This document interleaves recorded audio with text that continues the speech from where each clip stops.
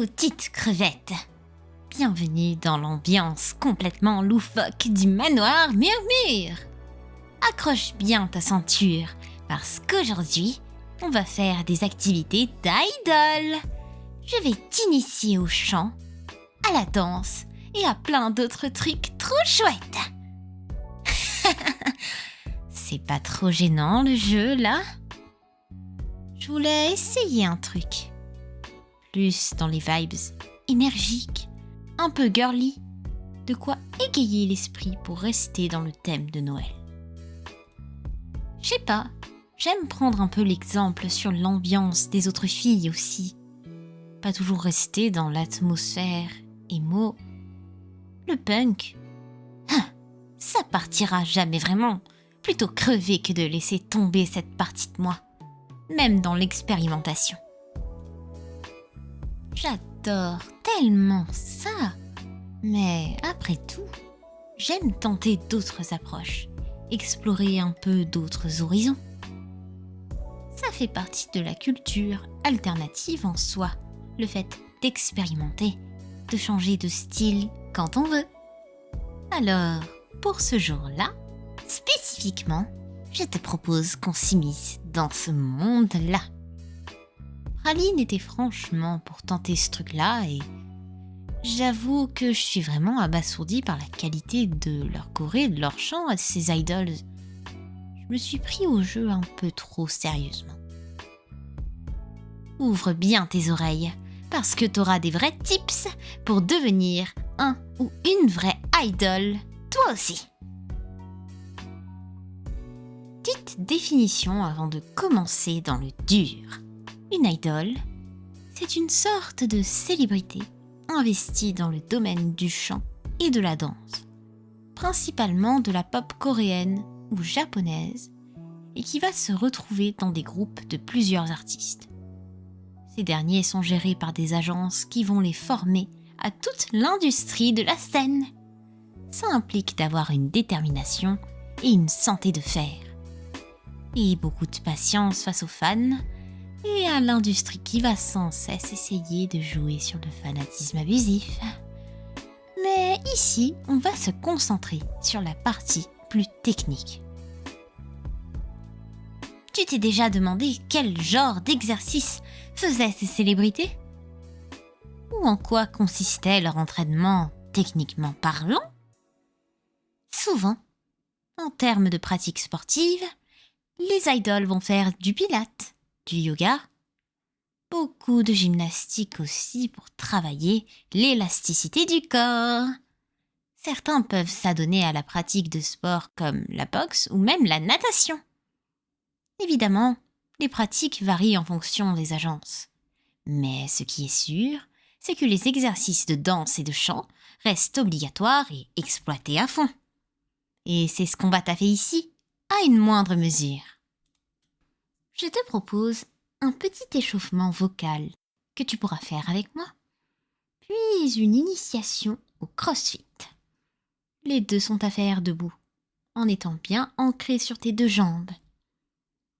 De quoi te remettre en forme le larynx et les muscles.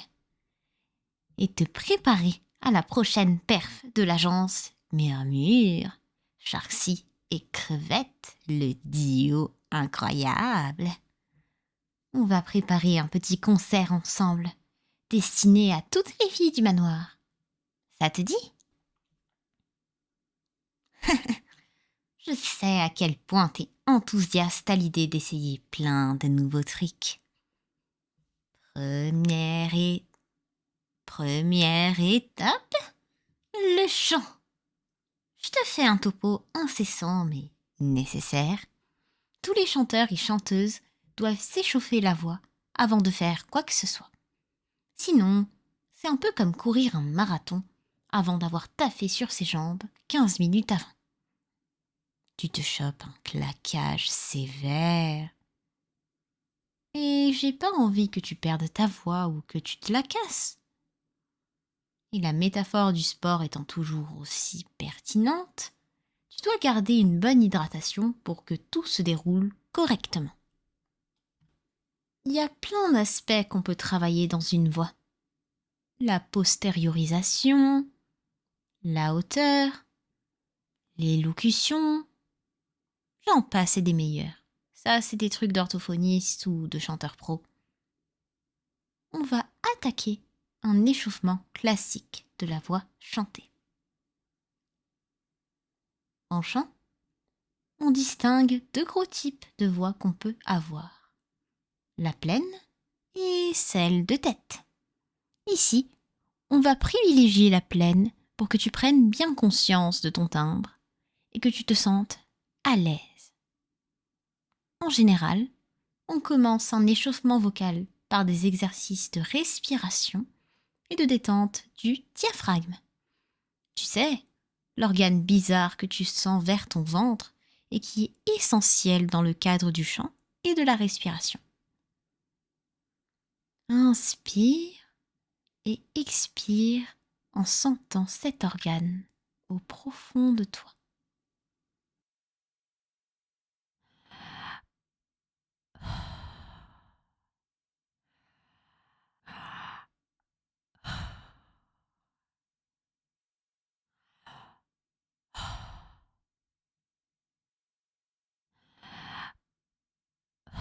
Continue.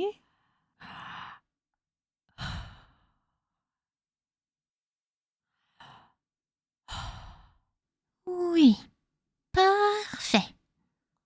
On va faire quelques séries de respiration profonde. Suis attentivement mes instructions. Inspire. Bloque ton inspiration doucement. Quelques secondes suffisent. Et expire le plus lentement possible, comme si ton estomac était un ballon qui perd lentement l'hélium accumulé. Inspire, bloque à nouveau et expire.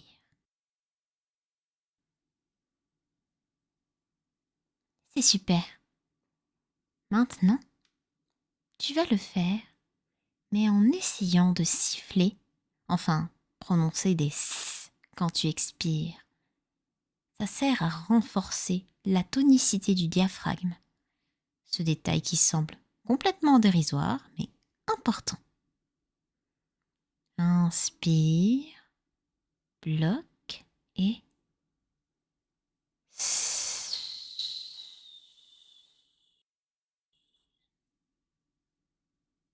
bien. On répète cet exercice plusieurs fois et il se décline dans des façons plus techniques. Mais je veux rester accessible à tous les niveaux. Donc, j'irai pas trop loin non plus pour pas perdre les gens. C'est important d'avoir des bases solides. Maintenant que ton diaphragme est plus détendu, on peut commencer timidement à chanter. On part d'une voyelle, un A, et on va faire un petit tour des aigus et des graves. Désolée si t'as pas trop l'oreille musicale. J'ai pas de piano sur moi pour t'aider à te caler. On commence doucement.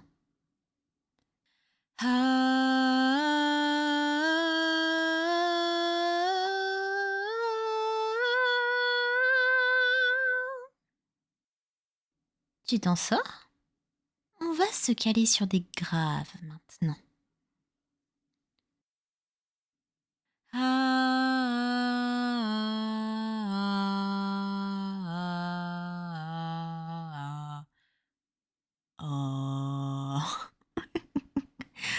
J'ai un peu du mal avec les graves, mais je pense que toi, t'es à jour. Une petite voix caverneuse. Yes. T'es à jour sur tes 2 octaves, une aiguë et grave. On va complexifier un peu la chose.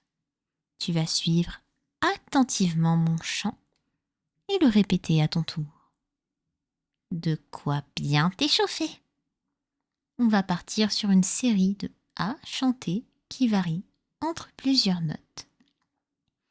Puis, ça va devenir des phrases de chansons pour varier les plaisirs. Ah,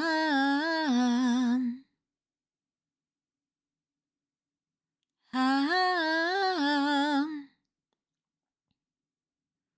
ah,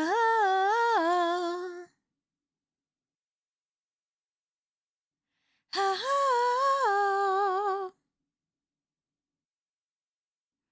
ah,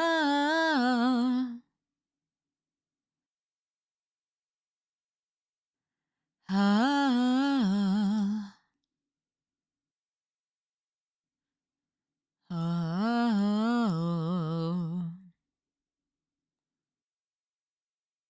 ah,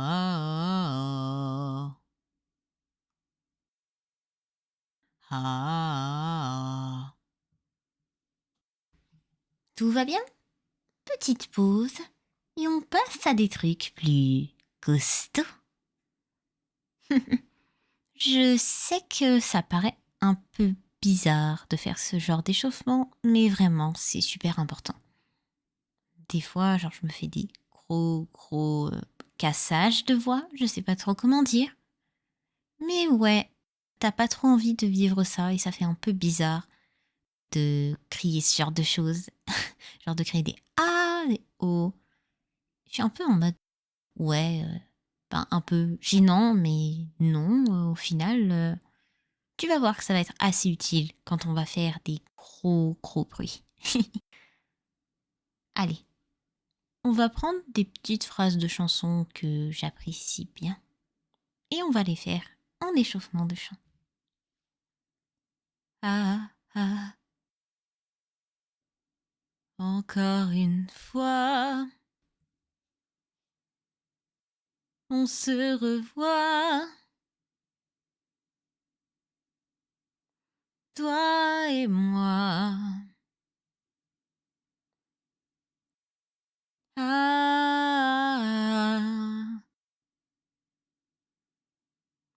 encore une fois, on se revoit, encore une fois.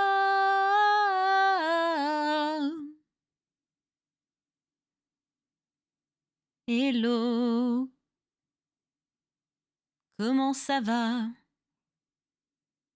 Moi ça va pas, je suis l'ancien toi. Tu croyais que j'étais parti, mais je suis toujours là, là, là.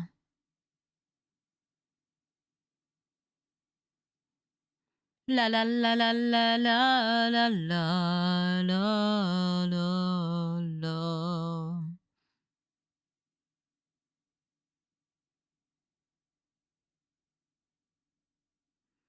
Ah.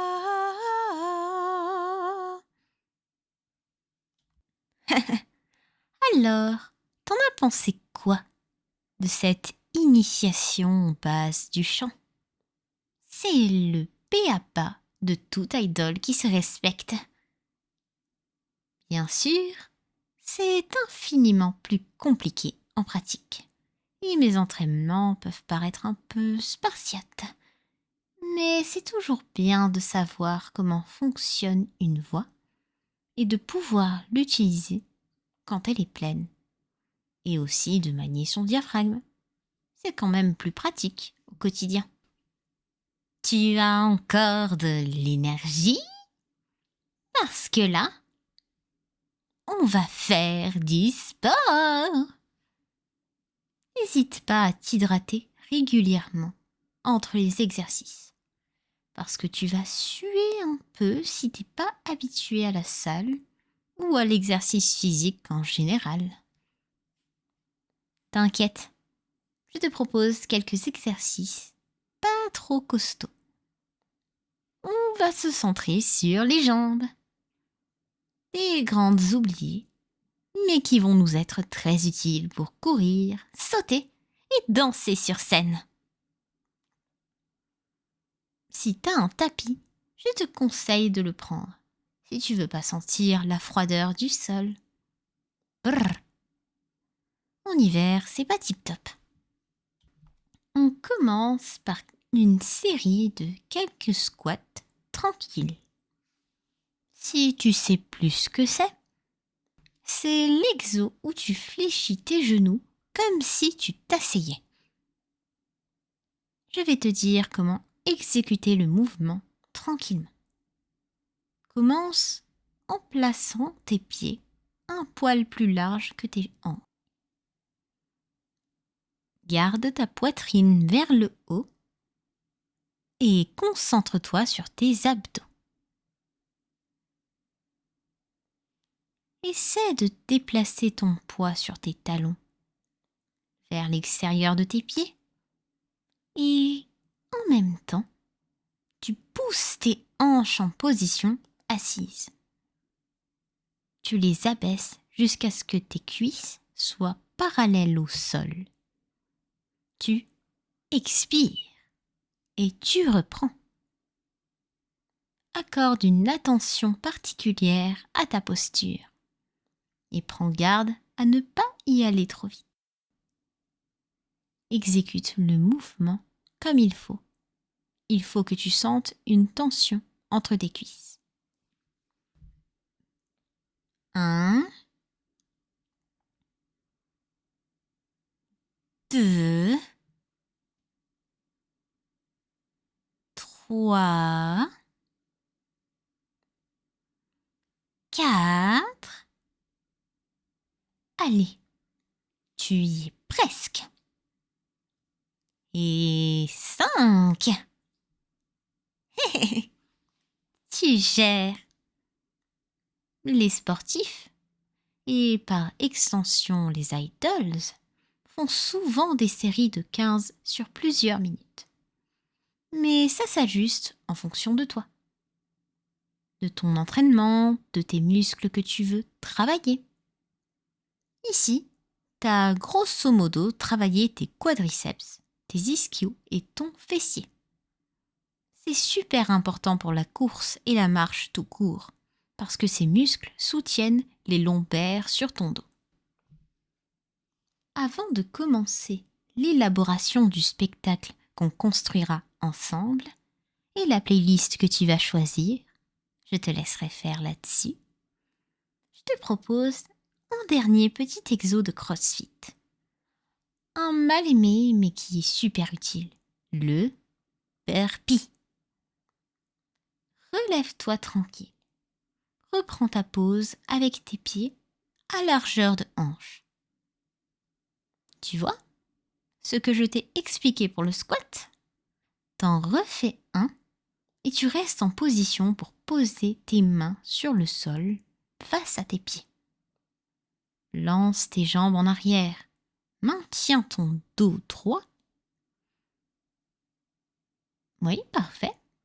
Et là, tu gaines ton corps en prenant soin de ne pas remonter ton bassin. Tu retrouves ta bonne vieille amie de collège, la planche. On la déteste tous. Allez, essaie de faire une pompe en te rapprochant du sol. Ramène tes pieds de chaque côté de tes mains pour être accroupi. Et là, tu sautes. Tends bien tes bras vers le ciel. Tu as compris? On va à nouveau s'en faire 5. Ça paraît laborieux, mais je t'assure que ça va bien se passer. 1,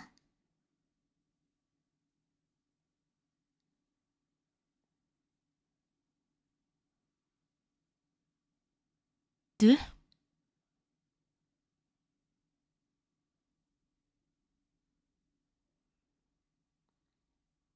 3,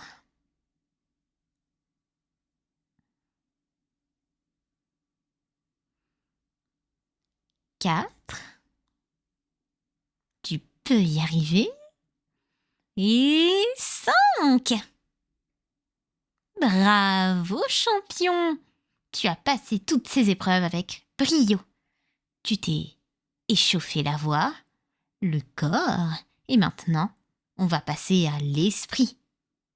Viens avec moi, on va taffer la scéno. Les filles vont adorer.